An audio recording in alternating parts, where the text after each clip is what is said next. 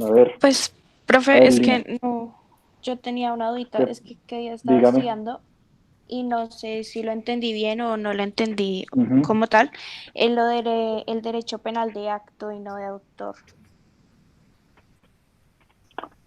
Listo. El derecho penal de acto y autor, para poder determinar la responsabilidad penal de un adolescente, es la misma situación dogmática que en un adulto. En este caso, el derecho penal de acto es el que se aplica en este procedimiento o en la dogmática penal colombiana. ¿Por qué? Porque lo que nos interesa son los actos ilícitos o toda conducta típica que se ejecute por parte del adolescente. No nos interesa su forma de ser, ni que nació en un barrio de determinada característica criminal o que nació en un barrio sano, no importa. Puede ser de donde sea, como sea, pero que haya cometido el ilícito es lo que persigue el derecho penal, para poderlo pues, reeducar a través del procedimiento o el sistema de responsabilidad penal para adolescentes. En cambio, el derecho penal de autor, como les decía, es lo que refiere, importada era por sus formas, por ejemplo, sus características físicas, como decía Lombroso, ese autor del positivismo, la época de las escuelas clásicas, donde por la morfología física o por sus características, la forma de cráneo, por ejemplo, se podía determinar si alguien era delincuente o no. Entonces el que era orejón era un delincuente serial, el cabezón un asesino en serie. Ahora no importa sus características físicas, sino sus actos delictivos o sus omisiones, porque hay delitos de omisión, como la omisión de socorro, por ejemplo, que una persona ve a una persona herida en la calle y por lo menos no llamó a una ambulancia, pues está cometiendo una omisión de socorro. Entonces, por esos actos o omisión u omisiones ilícitas tipificadas en la ley, no la forma de ser, no sus características físicas, sino esos determinados aspectos. ¿Queda claro? Sí, profe, ya. Gracias. ¿Otra duda? Profe, qué pena, tengo una duda ahí. Si, si Fernando Rocha, siendo menor de 16 años, hubiera lesionado o atentado contra la víctima por el hurto, ¿también hace el mismo procedimiento? ¿Se le hacen las mismas actividades como la parte educativa y todo eso? Igual, pues igual el mismo procedimiento, se realiza la aprehensión, se legaliza, se lleva ante el defensor de familia para iniciarle el proceso de restablecimiento. Ahí lo que diferiría de pronto, como es un homicidio, según su ejemplo, sí podría privarse de la libertad. No siempre se priva la libertad, pero sí se podría privar de la libertad porque el homicidio está dentro de las catálogos o los tipos penales que sí pueden proceder o la detención preventiva o la sanción privativa de la libertad. Pues esa sería como la diferencia, pero siempre la última ratio, siempre lo último que se debe aplicar es esa sanción. Podemos buscar otras. Por ejemplo, en Medellín, que ese adolescente de 14 que ya había matado a varias personas, pues le aplicaron la máxima, las 18, los 8 años de sanción en privación de la libertad, porque cada caso es distinto, cada caso se debe aplicar la reeducación de manera distinta. Y el hecho que se aplique la sanción privativa de la libertad no quiere decir que sea una cárcel ordinaria, no, por eso los tratados internacionales determinan, concretamente el Tratado de Beijing, determina que esas sanciones privativas de la libertad deben ser reeducativas en un centro especializado. Esa es la gran diferencia. ¿Alguna otra duda?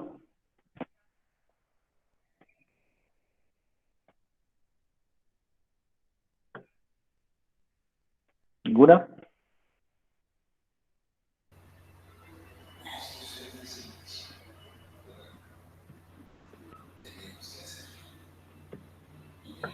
¿Sí? ¿Quién va a preguntar?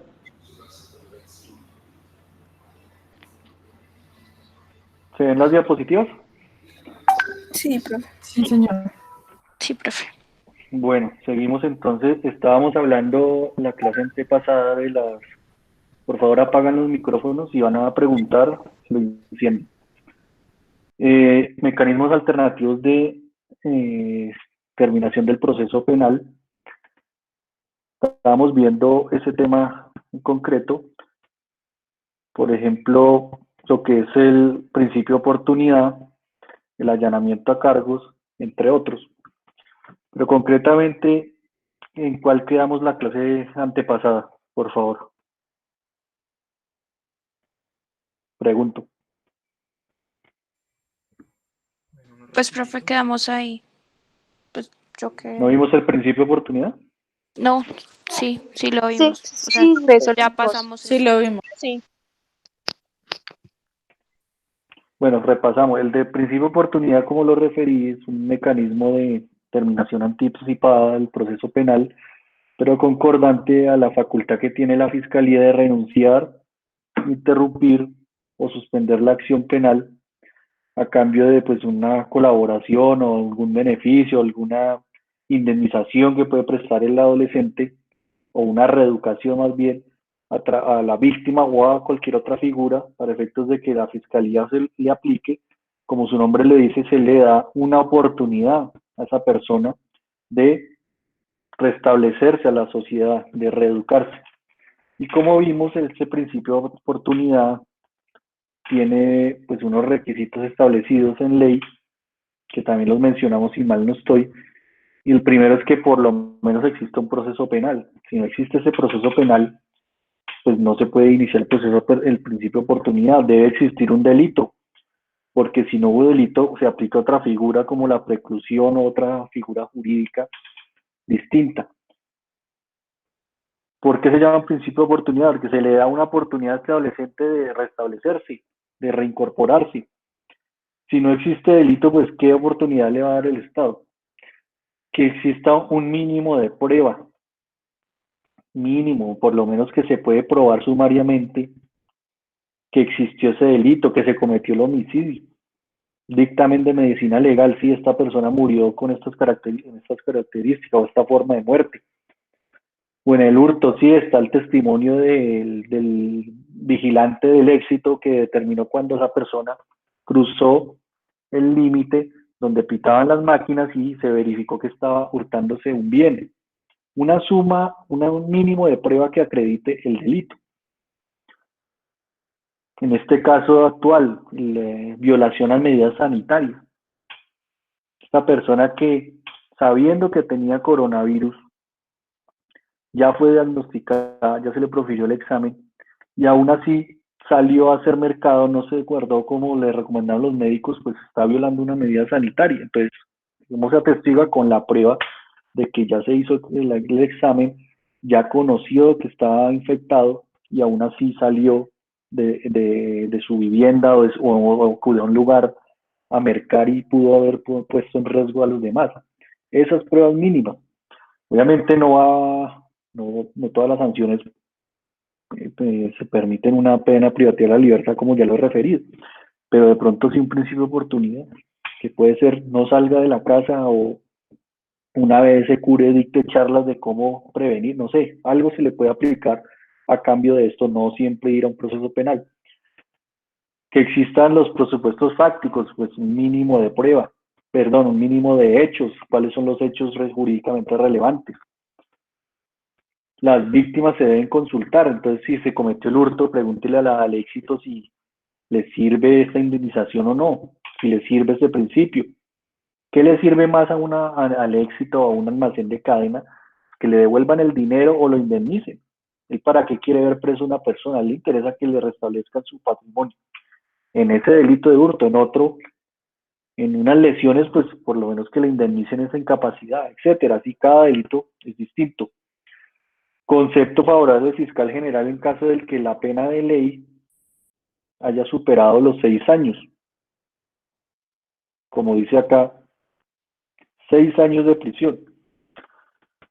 Si supera esos 6 años, el fiscal general de la nación o su delegado tienen que dar el visto bueno. El fiscal que lleva el caso por sí solo no lo podría hacer si el delito supera los 6 años. Si no supera los 6 años, el mismo fiscal que está llevando el caso lo podría hacer. Y lo más importante, debe haber control de legalidad posterior automático por parte del juez de control de garantías de adolescentes. Y pues siempre se va a aplicar en todo procedimiento que verificar que no se pone en riesgo la vida o la integridad de ese adolescente como tal. ¿Está ahí pues inquietud del principio de oportunidad, alguna duda de su procedibilidad o algo?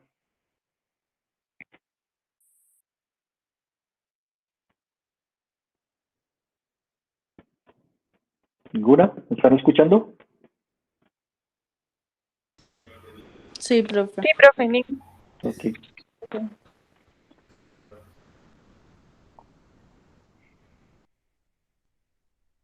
El allanamiento a cargos. ¿Qué quiere decir allanarse a cargos?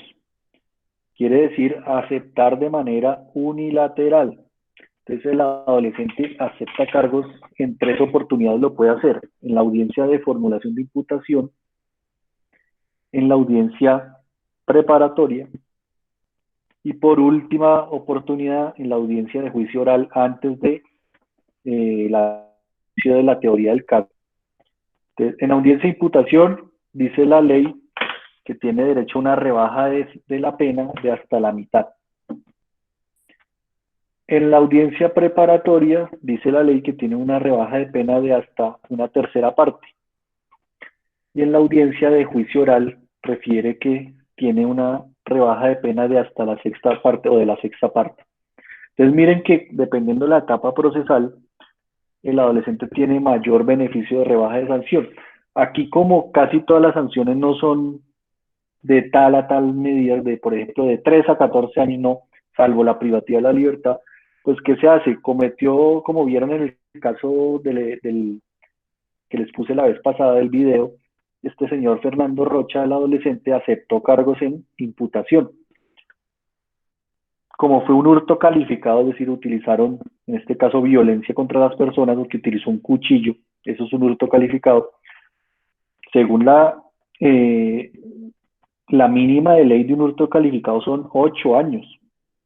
Entonces, a él, si tuviera mínimo 16, se le podría privar de la libertad. Pero como en este caso él tenía 15 años, no procedía a la privación de la libertad. Pero supongamos que él sí tuviera los 16 años. Aquí sí podría privarse de la libertad. Entonces, dice la ley, en estos casos, de 2 a 5 años se podría privar de la libertad. Entonces, digamos que es un delincuente primario, ahí la mínima que se le aplicaría serían 2 años de privación de la libertad. Si él acepta cargos o se allana cargos en audiencia de imputación, automáticamente se le podría rebajar la mitad, entonces le quedaría ya no 2 años de prisión o de sanción privativa de la libertad, sino un año. Y eso sí, si se comporta bien en el penal, en el centro de reclusión, pues se le puede variar una sanción más leve, convertirla en una más leve. En el caso en estudio que vimos en la clase pasada, como tenía 15 años, no lo podían privar de la libertad, pero él aceptó cargos y se le aplicó una sanción leve, que es la imposición de reglas de conducta. Más adelante se los explicaré, pero en este caso fue cumplir un curso ante el ICF, ante esa entidad que se llama Luis Amigo, donde se restablecieron sus derechos trabajando, aprendió ciertos manejos de arreglos de ciertos,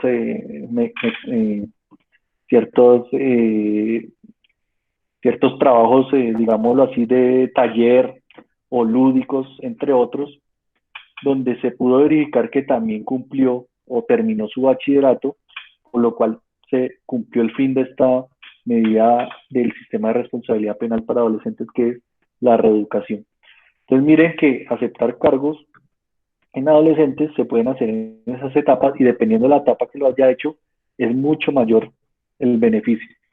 Ese hurto calificado, si hubiera cometido por parte de un adulto, no tenía ningún beneficio porque el hurto calificado no tiene ni domiciliaria ni tiene subrogados penales, es decir, no le cabría otro lugar que privarlo de la libertad. Miren la gran diferencia entre un sistema y el otro. Entonces, allanamiento es aquel acto jurídico procesal a través del cual el adolescente, de manera unilateral, acepta que cometió el ilícito, acepta su participación, acepta su responsabilidad. De manera unilateral, ¿por qué digo tanto de manera unilateral? Porque ya les he dicho que cuando es un preacuerdo, eso está totalmente prohibido por el sistema de responsabilidad penal para adolescentes. Los preacuerdos están prohibidos. En cambio, la aceptación de cargos de manera unilateral o allanamiento sí está permitido en este sistema.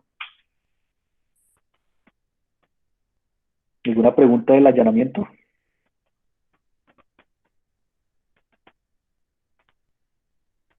No, profe. No, señor. No, profe.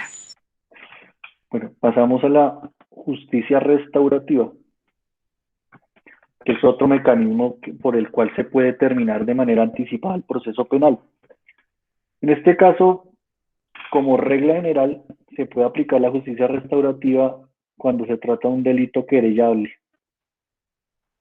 ¿Qué es un delito querellable? Es aquellos delitos, digámoslo así, de menor impacto, delitos menores, que solo se pueden iniciar cuando la víctima instaura la querella, dentro de los 6 meses siguientes a ocurrida la sanción, el delito. Si no se interpone la querella dentro de esos 6 meses después de los hechos, pues ya caducaría la acción y no habría posibilidad de continuar con la misma. Pero digamos que si se interpuso la querella dentro de los 6 meses, la víctima, estos delitos querellables sí pueden ser terminados de manera anticipada bajo estas figuras, por la reparación, por la indemnización integral, por la conciliación, por la transacción, entre otras figuras jurídicas, hasta por el desistimiento, que es un desistimiento cuando la víctima que interpuso la querella decide retirar la misma. Yo la retiro porque este señor ya me indemnizó, este joven ya me indemnizó los daños, entonces retiro la denuncia. Entonces, estos delitos querellables se pueden terminar como regla general a través de esta justicia restaurativa, básicamente reparando los daños causados a la víctima. A diferencia de un delito que no es querellable. Un delito no querellable es, por ejemplo, un homicidio doloso. Un homicidio doloso, los familiares del muerto no tenemos que esperar que ellos denuncien eso para poder actuar, ¿no? De oficio, la Fiscalía General de la Nación puede investigar ese delito, o debe más bien investigar ese ilícito y buscar los responsables. Entonces, un homicidio doloso, usted no puede llegar, venga, indemnizo y retíreme la denuncia, no se puede hacer porque es un delito oficioso. Pero, por ejemplo, un homicidio culposo, sí se han visto momentos que se puede de pronto buscar una preclusión a través de una indemnización integral, reparar a las víctimas y terminar de manera anticipada, sí. Pues depende, cada delito depende de la gravedad, pero como regla general, si se trata de un delito querellable, se pueden aplicar estas figuras de justicia restaurativa, indemnizar a la víctima, repararla y con base a ello, o conciliar o que la víctima retire la denuncia y así terminar el proceso de manera anticipada. ¿Cómo se termina? Con una preclusión. Con una preclusión. ¿Qué es la preclusión? Es una figura jurídica que se interpone o se solicita más bien ante el juez de conocimiento. Si yo les llego a preguntar en un parcial, ¿es que el juez de garantías debe resolver la preclusión? ¿Ustedes qué responden? Que no. La preclusión no la resuelve el juez de garantías, la resuelve única y exclusivamente, y anoten y pongan en rojo, el juez de conocimiento de adolescente. Ante él se solicita. En cambio, el principio de oportunidad sí se solicita ante el juez de control de garantías. Es una gran diferencia. Principio de oportunidad ante juez de garantías, preclusión ante el juez de conocimiento.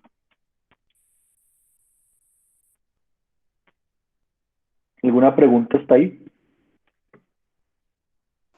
No, profe.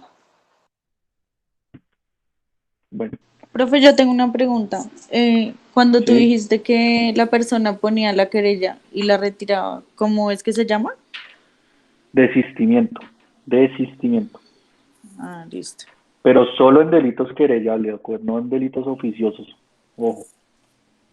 Sí. ¿Alguna otra duda?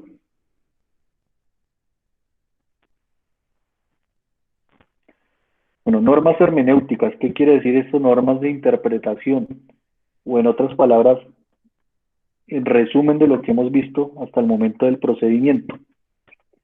Primero, estas normas son de orden público. Quieren decir que, primero, están en cabeza de la Fiscalía General de la Nación, titular de la acción, y se cumplen esos principios rectores que ya hemos visto. Se deben siempre respetar y son de obligatorio cumplimiento. Todas las normas son con base a la normatividad, valga la redundancia, procedida por el Congreso a través de la Ley 1098, a través de la Ley 599, que es el Código Penal, y a través de la Ley 906 de 2004, que es el Código de Procedimiento Penal.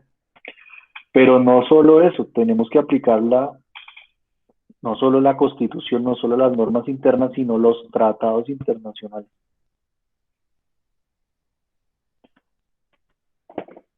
Quiero que vean una serie, creo que se las voy a poner a ver para el examen final, una serie que salió hace poquito en Netflix, una serie no, un documental. ¿Cuál, profe? Cuando puedan lo ven, pero sí lo voy a preguntar para el examen, ya lo busco, que lo vi que día, y es de un adolescente que comete un ilícito, pero en Estados Unidos. Ya busco acá.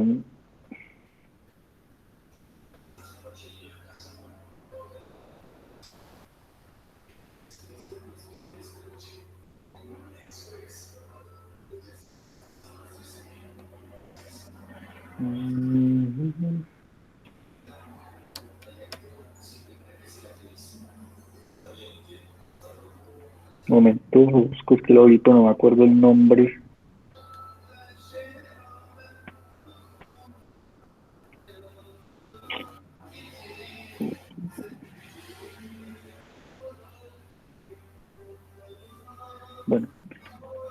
Bueno, ya ahorita se los busco y se los doy, pero si no encuentro acá el nombre. Ah, acá está.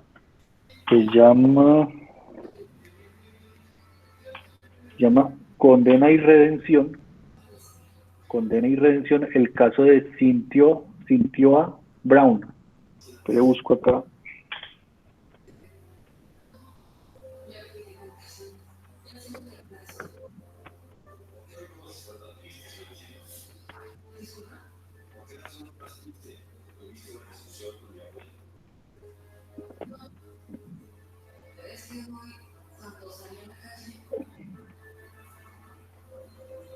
No lo buscamos acá y ya se los comparto. Un momento.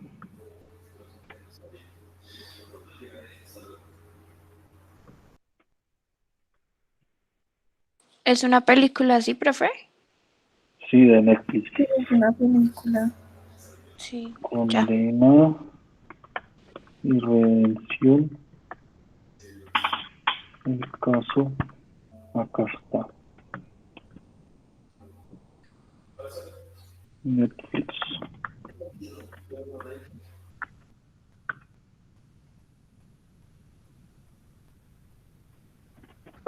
A ver, voy a compartir la pantalla. Aquí lo veo.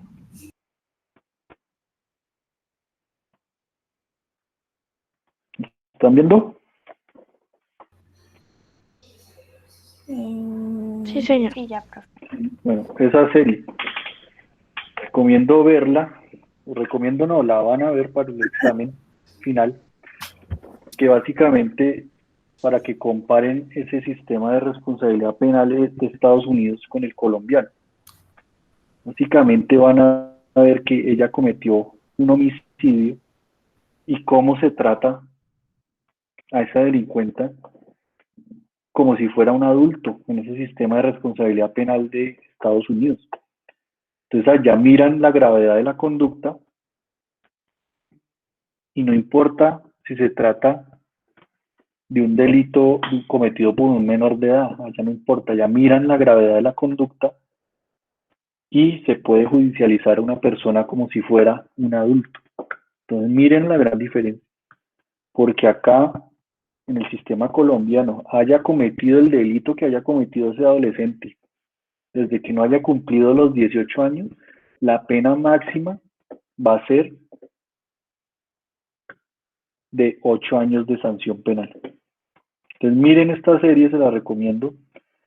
También les pondré otra película para que la analicen, para que ese examen final sea más de análisis, pues dadas las circunstancias de se presentó por esta pandemia y todo eso.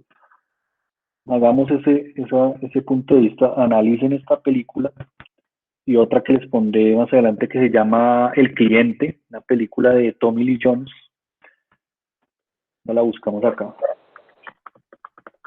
El Cliente, película.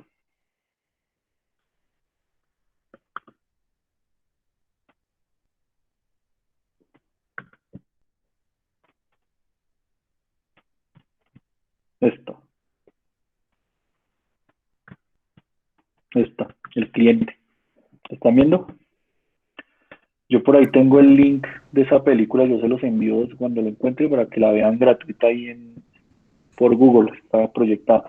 También trata de un adolescente que fue testigo de un delito y lo quieren tratar de judicializar por falso testimonio. Entonces, véanlo también porque es mucha comparación con ese sistema de responsabilidad penal de Estados Unidos con el de nosotros.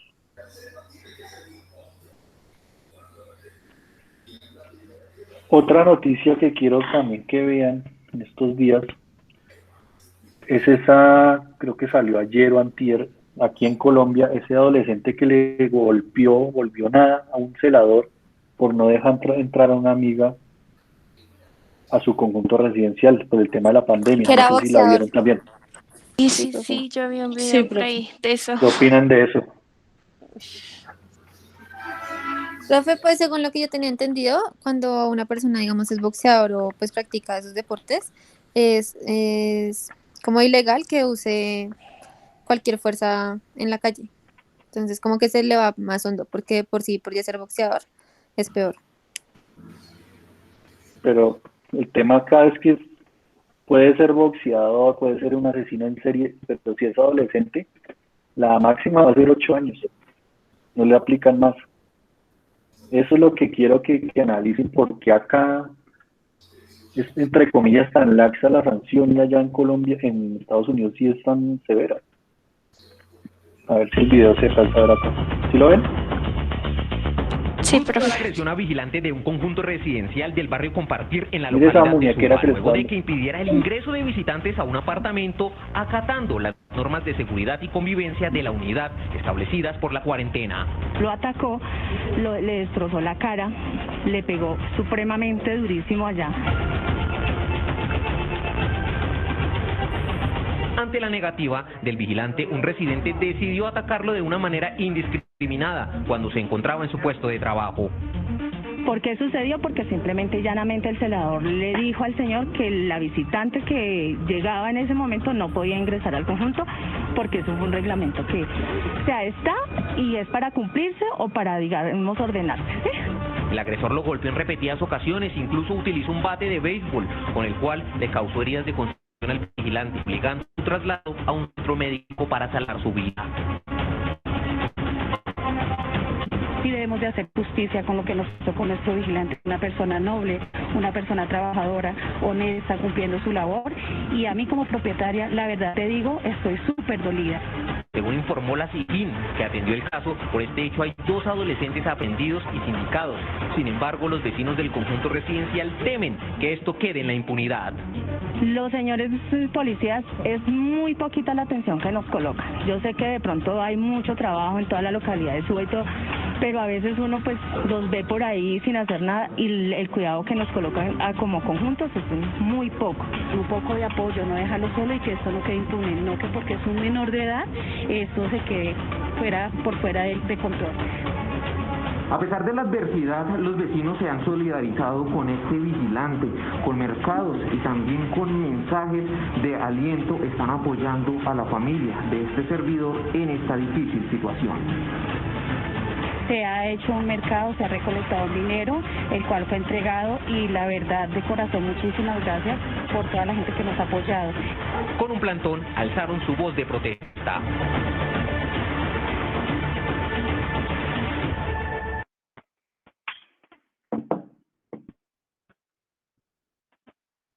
la ven.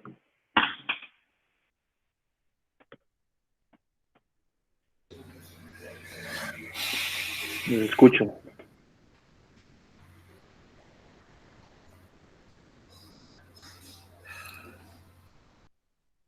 A ver, Vaquero, ¿qué opina? Pues, no sé, profe. No, que no sé. Pues,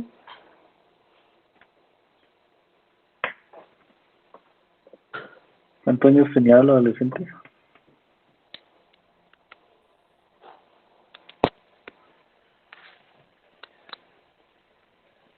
¿16 tenía mínimo?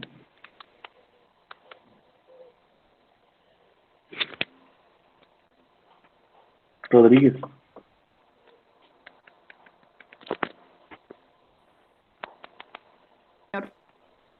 ¿qué opina? pues, Yo creo que porque es una situación muy difícil, entonces pues no sabría. Los vecinos pidiendo justicia y sabemos que eso va a ir en libertad, porque esas unas lesiones personales, salvo que lo hayan catalogado como un tentativo de homicidio, que no creo, pues si se trata de unas solas lesiones personales, pues no le van a aplicar privación de la libertad, salvo que supere los 6 años, que no depende la incapacidad, pero en últimas no. ¿Qué opina?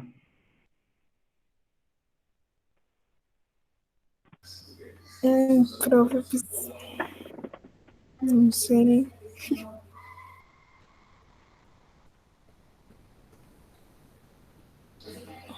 Zuluaga, Señor, ¿qué opina? pues no sé, profe, básicamente em, lo que usted nos había dicho, que pues sí es una situación grave para uno, pero y que la gente pues pide justicia, pero que se puede hacer ahí si es menor de edad. O sea, no se puede hacer algo como lo que la gente pide, de, no sé, algo grave, como que eh, le impongan algo, no sé, una pena, no sé. Pero es que igual, de todas formas, pues ahorita es difícil, me imagino, por lo de la pandemia y eso. Digamos, para que, no sé, tenga como alguna justicia, digamos, restaurativa o algo así. Pues ahorita creo que es difícil todo ese tema por lo del coronavirus. Pero ahí no importa el coronavirus o pandemia. Lo que importa es que, ¿Cómo se puede medir la ¿cómo, tentativa? Andrés? Que ¿Cómo se puede medir la tentativa de homicidio ahí en ese caso? ¿Por los días de incapacidad o cómo? Porque digamos ahí, o sea, pueden No, decir, o sea, pues, que o digamos sea, no lesiones sé. personales, pero, Yo o sea, creo ahí que, bueno, pues perdón, dígame y ya te cuento. Dime, Lina. pues yo creo que ahí tendría que ver mucho el informe psicosocial, ¿no? Pero para la sanción, pero Sí, para la sanción, pues, o sea, yo digo hablando aquí de si todo. lo que dice Andrés fue el que habló. señor. Bueno, para determinar si un delito es una tentativa de homicidio, unas lesiones personales, la doctrina ha determinado el arma utilizada, el número de golpes que se le propinó a la víctima, la zona donde le propinó el golpe. Entonces, por ejemplo, el número de golpes no es lo mismo que le haya pegado un puño en la cara y ya. En este caso, este adolescente le pegó múltiples puños, También, casi para tirarlo al piso. también Y El puede pues ser. arma también dicen que fue utilizada, con un bate. exacto, el arma utilizada no es solo utilizar una pistola, puede ser un cuchillo, un bate de béisbol en este caso, o los mismos puños. Si este señor era un profesional en kickboxing, pues tenía un arma letal que son sus puños. Otra figura, la zona donde se dio el golpe, ¿no? En una zona vital. Una cosa es pegarle en la cara, en el cerebro, que pegarle una patada en una pierna. Entonces, Todo eso es lo que tienen que analizar para determinar si hubo intencionalidad de matar, porque con esas figuras que le pegó varias veces, le pegó en zonas vitales, el arma utilizada fue letal, pues ahí no puede haber una lesión, sino una tentativa de homicidio. No lo estoy diciendo en este caso que pasó, sino en todos los casos hay que analizar esas figuras para establecer si hubo tentativa o no hubo tentativa. ¿Ven? ¿Quién preguntó?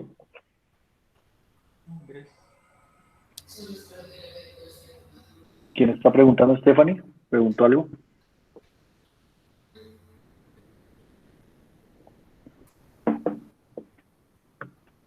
Profe, como tal, o sea, digamos en este caso eso iría en un informe por aparte, ¿cierto? ¿Qué? Lo de, digamos, si es tentativa o no, todo lo de los números de golpe, los golpes, la Sí, zona, obviamente el arma.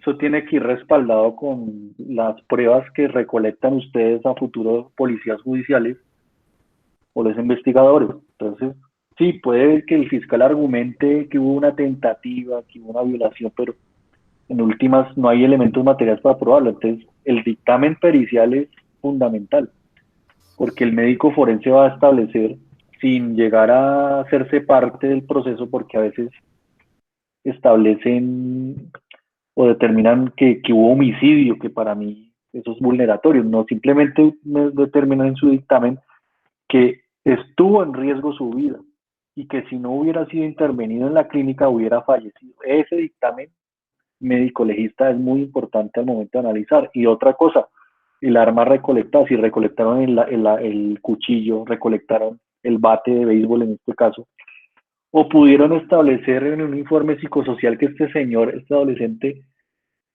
era un experto en kickboxing. Es que vuelvo y repito, el arma utilizada no es solo un arma física, sino los puños pueden ser un arma letal en ese aspecto. ¿Una otra duda?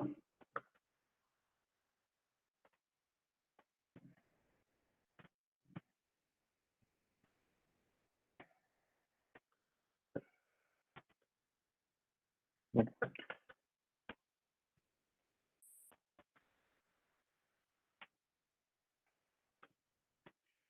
Seguimos hacia el tema. Era el paréntesis, pero sí quería que quedara claro. Entonces, ¿por qué me detuve en este punto de los tratados internacionales? ¿Y por qué empecé a hablar del caso de la película esa que van a dar de Netflix y todo? Porque Colombia está suscrito al varias veces mencionado Convención Internacional de los Derechos del Niño. Entonces, ¿por qué Colombia, entre comillas, tiene unas sanciones tan leves para los adolescentes? Entre comillas, porque, reitero, los fines son reeducativos, porque estamos suscritos o unidos o avalados a través del Congreso Nacional a este tratado internacional, por el bloque de constitucionalidad que es ese artículo 93 de la Constitución, reiterado por ese artículo 94 de la Constitución. Entonces, ¿por qué Estados Unidos sí tiene unas normas severas contra los niños, niñas, adolescentes? Porque ellos no están suscritos a este tratado. Ellos sí aplican sus propias normas, entre comillas. Y no solo Estados Unidos, cada estado es distinto. Hay unos estados que las normas son más leves y hay otros estados como la película que ustedes verán que son severas, que en caso de cometerse un homicidio en primer grado, la pena automática, allá se llama homicidio en primer grado, la pena automáticamente es cadena perpetua. Se trate o no de un adolescente, que en este caso lo van a ver por qué lo judicializaron como si fuera un adulto. Porque allá también hay tribunales juveniles, así se llama, el tribunal juvenil. Pero en este caso se envió fue a un tribunal penal, ya para como si fuera un adulto. Entonces, segunda característica o norma hermenéutica de nuestro sistema de responsabilidad penal para adolescentes es que estamos no solo atados a las normas constitución política y normas internas, sino a los tratados internacionales y debemos regirnos con base a ello. Otro paréntesis aquí, por ejemplo, ese proyecto de ley que la cadena perpetua, eso no va a proceder, porque es que la Constitución prohíbe las penas perpetuas. y por otro lado los tratados internacionales que ha suscrito Colombia con el mundo prohíben también las penas perpetuas. Entonces es pura politiquería, con todo respeto digo, ese proyecto de ley. Pronto esos políticos para ganar votos, pero saben en el fondo que la Corte Constitucional va a tumbar esa cadena perpetua en Colombia. Tercer punto, todas las actuaciones deben regirse por los principios de la doctrina de protección integral a lo que les he referido. Tenemos que basarnos en los principios del sistema de responsabilidad penal para adolescentes. El interés superior, la corresponsabilidad, la prevalencia, entre otros. Todos los principios que ya hemos visto. El proceso debería garantizar la justicia restaurativa. Acuérdense que no solo importa el adolescente, sino también las víctimas. Tenemos que buscar reparar a las víctimas a través de este sistema. Principio de legalidad. Quiere decir que tiene que aplicar la ley vigente al momento de cometer el hecho. Acuérdense que si el adolescente tenía en ese momento 17 años, cometió el delito y al otro día cumplió los 18, se sigue aplicando el sistema de responsabilidad penal por el principio de legalidad, porque al momento de cometer los hechos se le aplicaba esa norma de adolescentes y se le va a juzgar por esa norma de adolescentes. Y si a futuro sale una norma más favorable para sus intereses del procesado, se aplica esa norma retroactivamente. Es decir, una norma de a futuro se aplica hacia el pasado, eso es retroactividad en pro de los derechos de este adolescente. Todas las medidas que se tomen aquí, como lo he reiterado varias veces, son de carácter pedagógico. Ese es el fin de este sistema, acuérdense. El adolescente se le debe respetar el debido proceso y las garantías procesales, obviamente. Tiene derecho a un abogado, tiene derecho a guardar silencio, tiene derecho a la presunción de inocencia. Todas las garantías procesales y debido proceso se le respeta. Artículo 29 de la Constitución. Principio de inmediación quiere decir que el juez, todas las pruebas practicadas deben ser en presencia del juez de conocimiento. No se pueden practicar pruebas por fuera de juicio, salvo unas excepciones como una prueba anticipada, pero eso es una excepción. Pero el resto, todas las pruebas son practicadas en presencia del juez. Entonces lo que pasa, por ejemplo, en el delito de violencia intrafamiliar, le pegan a la compañera permanente y cuando va a declarar a juicio la compañera permanente dice, no, qué pena, es que ya me reconcilié con él y no voy a declarar contra mi compañero, entonces se quedan sin pruebas. Y así esté por escrito la entrevista de esa señora que sí, él me pegó, pero si ella no declara en juicio en presencia del juez, nada que hacer, se quedaron sin pruebas y se debe absolver a esa persona. Ese es el principio de inmediación. Todo debe practicarse en frente o en presencia del juez. Noveno, el defensor de familia tiene un rol fundamental que yo se los he repetido y en el video que vimos la clase pasada. Miren el rol fundamental del defensor de familia.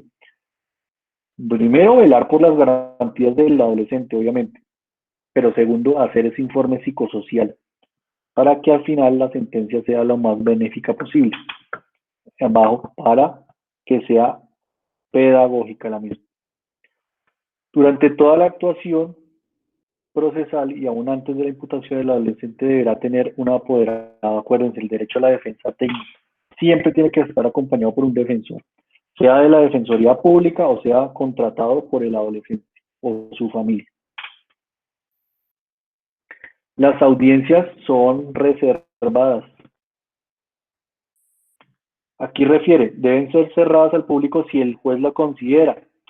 Aquí ustedes entenderían, pero el juez puede autorizar, no, porque más adelante en el artículo 153, acá está en el numeral 14, dice, las actuaciones procesales adelantadas solo podrán ser conocidas por las partes, es decir, las audiencias siempre serán reservadas para las partes, nadie, ni el público puede entrar, solo los padres de familia, obviamente, entre otros como el defensor de familia, las víctimas, entre otros, pero el resto reservadas, acuérdense. Las declaraciones de adolescentes solo se podrán tomar por el parte del defensor de familia, la psicóloga de adolescentes y en cámara gesell en caso de ser testigo. ¿Acuerdo? La prohibición de juzgamiento en ausencia. El adolescente tiene que estar presente porque si no está presente desde la audiencia de acusación no se puede realizar las demás actuaciones. como regla general él tiene que estar presente, salvo que ya se declare contumaz, es decir, que ya se verificó que él quiere evadir la justicia, entonces ahí sí habría una excepción, pero el resto no pueden estar ausentes, ellos tienen que estar presentes para poderse defender. 15. Las sentencias proferidas no tienen carácter de antecedente judicial. Acuérdense que los adolescentes que son condenados no les va a aparecer ese registro en la Policía Nacional ni un antecedente penal. Eso se queda borrado solo para las partes. ¿Hasta ahí alguna duda, alguna pregunta? No, señor.